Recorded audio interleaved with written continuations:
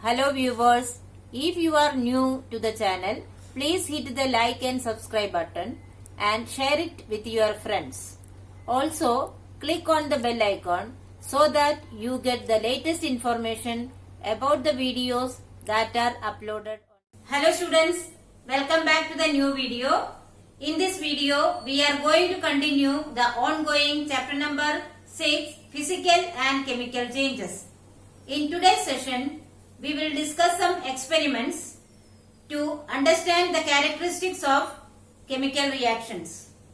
Now let us start the first experiment. The aim of this experiment is to understand the chemical reaction taking place when a magnesium ribbon burns.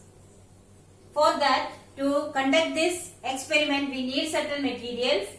We need a small ribbon of magnesium, a pair of tongs, red and blue litmus papers and some heating arrangement. Now students, before starting the procedure of this experiment, I would like to give you one precautionary measure. That is, do not stare at the burning magnesium ribbon for a long time. Do you know why? When magnesium ribbon burns, it gives out a dazzling white light. The intensity of the light is quite enough to cause temporary loss of vision.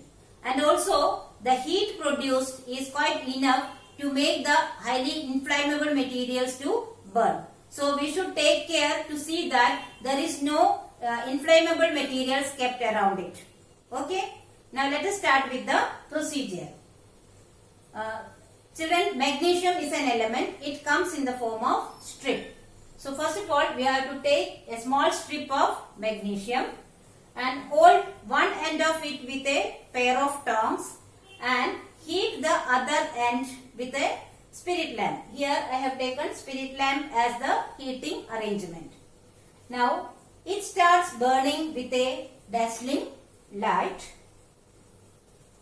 Dazzling light means with a high intensity light and produces dense white ash.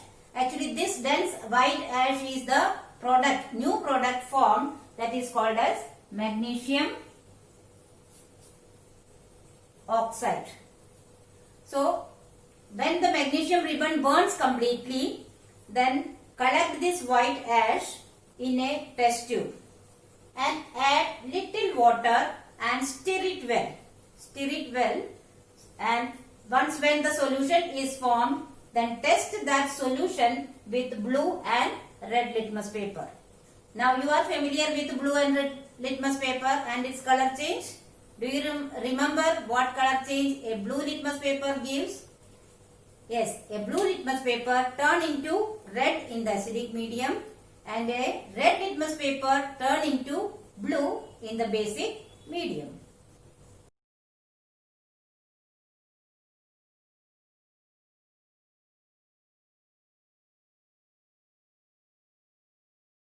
Now let us discuss the observation. The ash obtained on burning the magnesium is magnesium oxide.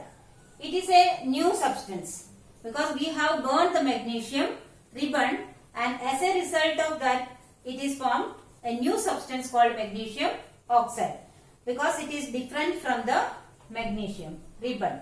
So this change can be represented as 2 Mg plus O2 gives 2 MgO plus energy, that is heat energy.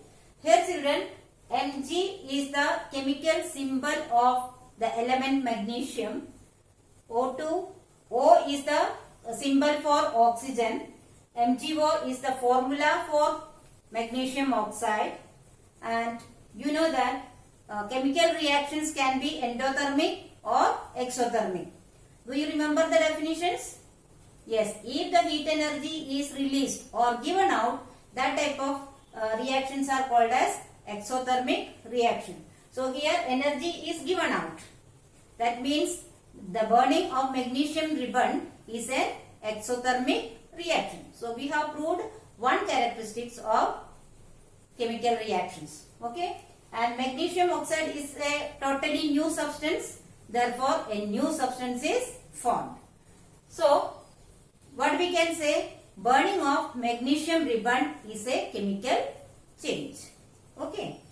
Now the ash that we have collected after the burning of the magnesium ribbon, we have to mix with the water, and it gives, when it mixes with the water, it gives a new substance.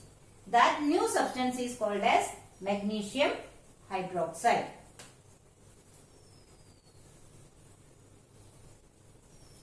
This can be represented using the chemical equation MgO, that is magnesium oxide. When it is reacted with water, we get MgOH twice. This is the chemical formula for the compound magnesium hydroxide. See children, these chemical symbols and chemical formula are new to you. I know that you will learn it in the higher classes. So the conclusion is magnesium hydroxide turns red litmus blue. What does it indicate? Indicates that the magnesium hydroxide is a basic material. It is basic in nature. And as new substances are formed while burning the magnesium ribbon, we can conclude that it is a chemical change. And also children, always take the precaution, do not stare at the burning magnesium ribbon. Now let us discuss experiment number 2. The aim of this experiment is to study the reaction between copper sulfate and iron. Let us see what are the materials required. We need copper sulfate, water, dilute sulfuric acid, iron nail and 2 beakers. Now let us discuss the procedure of the experiment. Take 1 beaker and fill half of it with water. Then dissolve 1 teaspoon of copper sulfate. Copper sulfate in the water. Copper sulfate is commonly known as blue vitriol. Copper sulfate is having a very bright blue color. Because of that, it has got the common name blue vitriol. Now, in the solution, on adding the copper sulfate, it will become blue colored solution. Into that, we have to add few drops of dilute sulfuric acid. Okay. Then, after adding that, we get a very bright blue colored solution. And from that solution, we have to take little bit of that sample solution in another beaker and keep it aside. And after that, drop an iron nail in the solution and wait for half an hour or 1 hour, and then we can see the color change. Here is the copper sulfate solution taken in the beaker, and we have dropped an iron nail in it. After half an hour or so, we can see that the blue color is changed into green color. This green color is due to the formation of iron sulfate. So when copper sulfate and iron react with each other, we get iron sulfate and copper. And that copper, metallic copper, get deposited on the iron nail. That we can see in the form of a brown deposit on the iron nail. So, what is the observation? The color of the solution is changed from blue to green, and also we can see a brown deposit on the iron nail. The chemical equation representing the chemical reaction is copper sulfate plus iron gives iron sulfate plus copper. This can be written in the form of chemical formula. CuSO4 plus Fe gives FeSO4 plus Cu. Here CuSO4 is copper sulfate, Fe represent iron, FeSO4 represent iron sulfate, and Cu is representing copper.